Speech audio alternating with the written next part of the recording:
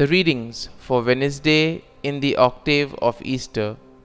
Today's first reading is from the Acts of the Apostles, chapter 3, verses 1 to 10, and the Gospel is from the Gospel of Luke, chapter 24, verses 13 to 35. The first reading, a reading from the Acts of the Apostles. Peter and John were going up to the temple area for the 3 o'clock hour of prayer, and a man crippled from birth was carried and placed at the gate of the temple called the Beautiful Gate every day to beg for alms from the people who entered the temple. When he saw Peter and John about to go into the temple, he asked for alms. But Peter looked intently at him, as did John, and said, "Look at us." He paid attention to them, expecting to receive something from them. Peter said, "I have neither silver nor gold, but what I have, I give you. In the name of Jesus Christ the Nazarene, rise and walk." Then Peter took him by the right hand and raised him up, and immediately his feet and ankles grew strong. He leapt up, stood and walked around, and went into the temple with them, walking and jumping and praising God. When all the people saw him walking and praising God, they recognized him as the one who used to sit begging at the Beautiful Gate of the temple, and they were filled with amazement and astonishment at what had happened to him. The word of the Lord. Thanks be to God. Responsorial Psalm. Our response shall be, "Rejoice, O hearts that seek the Lord." Give thanks to the Lord, invoke his name, make known among the nations his deeds. Sing to him, sing his praise, proclaim all his wondrous deeds. Response. Rejoice, O hearts that seek the Lord. Glory in his holy name. Rejoice, O hearts that seek the Lord.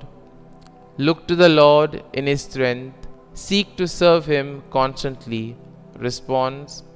Rejoice, O hearts that seek the Lord. You descendants of Abraham, his servants, sons of Jacob, his chosen ones. He, the Lord, is our God. Throughout the earth his judgments prevail. Response. Rejoice, O hearts that seek the Lord. He remembers forever his covenant, which he made binding for 1,000 generations, which he entered into with Abraham and by his oath to Isaac. Response. Rejoice, O hearts that seek the Lord. Gospel acclamation. Alleluia, Alleluia. This is the day the Lord has made. Let us be glad and rejoice in it. Alleluia, Alleluia. A reading from the Holy Gospel according to Saint Luke.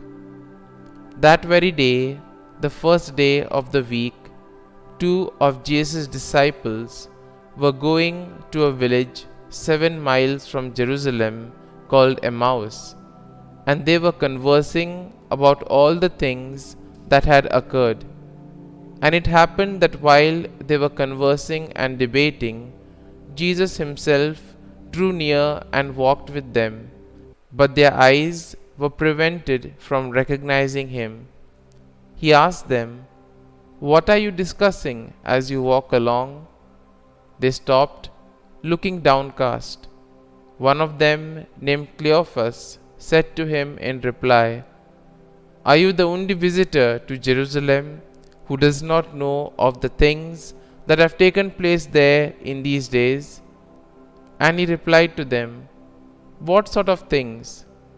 They said to him, "The things that happened to Jesus the Nazarene, who was a prophet, mighty in deed and word, before God and all the people, how our chief priests and rulers both handed him over to a sentence of death and crucified him.